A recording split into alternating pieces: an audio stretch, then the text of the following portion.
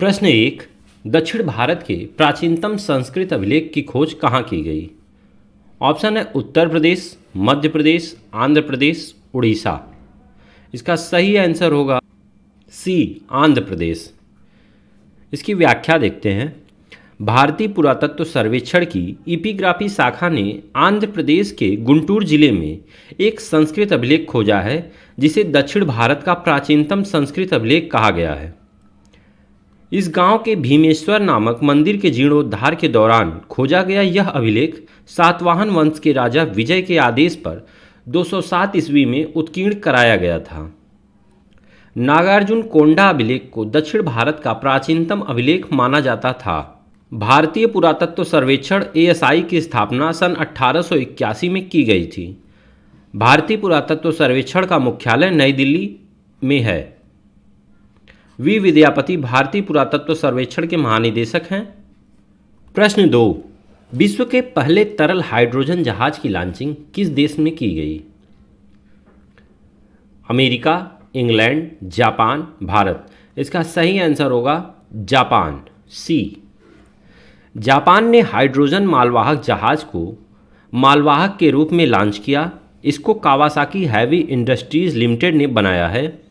इसका उद्देश्य अंतर्राष्ट्रीय हाइड्रोजन ऊर्जा आपूर्ति श्रृंखला की स्थापना करना है। प्रश्न 3, विश्व के पहले पूर्ण इलेक्ट्रॉनिक कमर्शियल एयरक्राफ्ट उड़ान का परीक्षण किस देश ने किया? इसका ऑप्शन है रूस, जर्मनी, कनाडा, भारत। इसका सही आंसर होगा सी, कनाडा। इसका परीक्षण कनाडा के वैंकूवर शहर में हुआ था। इसका निर्माण मैग्निक्स ने हार्बर एयर के साझेदारी के साथ किया था। यह विमान केवल लिथियम बैटरी पावर पर लगभग 160 किलोमीटर उड़ान भर सकता है। प्रश्न 4, विश्व की सबसे गहरी भूमि घाटी की खोज कहाँ की गई? ऑप्शन है एशिया, अफ्रीका, अमेरिका, अंटार्कटिका। इसका सही आंसर होगा डी, अंटार्कटिका। इसकी खोज कैलिफोर्निया यूनिवर्सिटी के हिमनद वैज्ञानिकों ने की। इसको पूर्वी अंटार्कटिका में ड्रेनमैन ग्लेशियर के नीचे पाया गया। इसकी गहराई 3.5 किलोमीटर नीचे तथा चौड़ाई 20 किलोमीटर चौड़ी है। इसके तल में पानी नहीं है।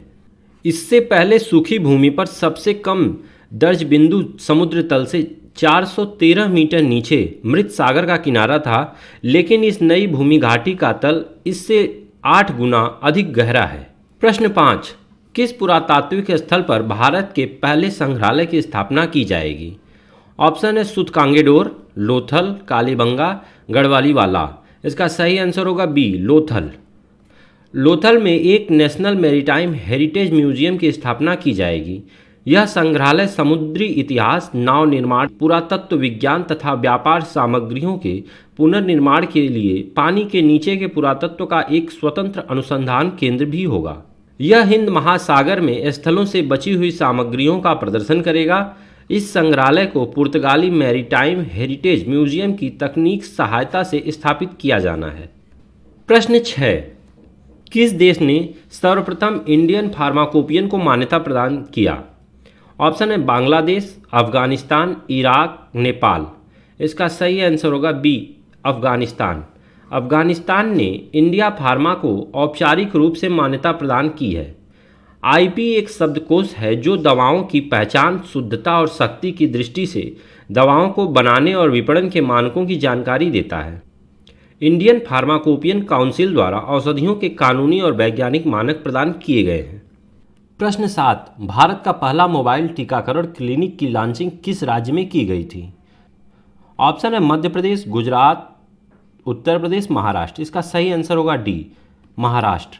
महाराष्ट्र के पुणे में भारत का पहला मोबाइल टीकाकरण क्लिनिक आरंभ हुआ। इसकी शुरुआत जिग्नेश पटेल नामक एक उद्यमी ने की। जिग्नेश जीविका हेल्थ केयर के संस्थापक हैं। इसकी स्थापना bill and Melinda Gates foundation के द्वारा की गई। इसे vaccineonwheel.com नाम दिया गया है। इसमें वे टीके शामिल हैं जो सरकारी एजेंसियों द्वारा प्रदान नहीं किए गए हैं। प्रश्न 8, इंडियन प्रीमियर लीग 2022 का खिताब किस टीम ने जीता? ऑप्शन है Mumbai Indians, Chennai super Kings, Sunrisers Hyderabad, Gujarat Titans. इसका सही आंसर होगा डी, गुजरात टाइटंस। यह आईपीएल का 15वां संस्करण था जो 26 मार्च से 29 मई 2022 तक आयोजित किया गया। इसका ग्रुप चरण महाराष्ट्र में खेला गया, जिसमें मुंबई और पुणे मैचों की मेजबानी की। इसका समापन समारोह नरेंद्र मोदी स्टेडियम में हुआ। समापन समारोह में संगीतकार ए.आर. रहमान व अभिनेता रणवीर सिंह ने जय हो गीत का परफॉर्म किया। आईपीएल 2022 का शीर्षक प्रायोजक टाटा ग्रुप था और यह 2023 संस्करण के अंत तक आईपीएल का प्रायोजक रहेगा। ड्रीम 11, अनअकैडमी और क्रेड भी आईपीएल 2022 के मुख्य प्रायोजकों में शामिल थे। आईपीएल 2022 में इस बार 10 टीमों ने भाग लिया। पहले संस्करण में 8 टीमें भाग लेती थीं। इस संस्करण में 2 नई टीमें लखनऊ सुपर जायंट्स और गुजरात टाइटंस थीं। प्ले ऑफ व फाइनल सहित कुल 74 मैच खेले गए। हार्दिक पांड्या को फाइनल मैच का प्लेयर ऑफ द मैच घोषित किया गया। प्रश्न 9, आईपीएल 2022 में पर्पल कैप के विजेता कौन थे? ऑप्शन है Yuzvendra Chahal, Umran Malik, Lockie Ferguson, Evin Lewis. IPL 2022 में पर्पल कैप के विजेता युजवेंद्र चहल थे। Most valuable player orange cap प्राप्त करने वाले राजस्थान रॉयल्स के जॉस बटलर हैं। प्रश्न 10, निम्नलिखित में से एक इंटरनेशनल बुकर प्राइज वर्ष 2022 में किसे प्राप्त हुआ? बोरा चुंग, गीतांजलि श्री, जॉन फॉन्से, इनमें से कोई नहीं। इसका सही आंसर होगा बी, गीतांजलि श्री। भारतीय लेखिका गीतांजलि श्री और अमेरिकी अनुवादक डेजी रॉकवेल ने 26 मई 2022 को अनुदित कथा के लिए उपन्यास टॉम ऑफ सैड के लिए इंटरनेशनल बुकर प्राइज जीता। टॉम ऑफ सैड मूल रूप से इंटरनेशनल बुकर प्राइज जीतने वाली किसी भी भारतीय भाषा में लिखी गई पहली पुस्तक है और पुरस्कार द्वारा मान्यता प्राप्त हिंदी में अनुवादित पहला उपन्यास है।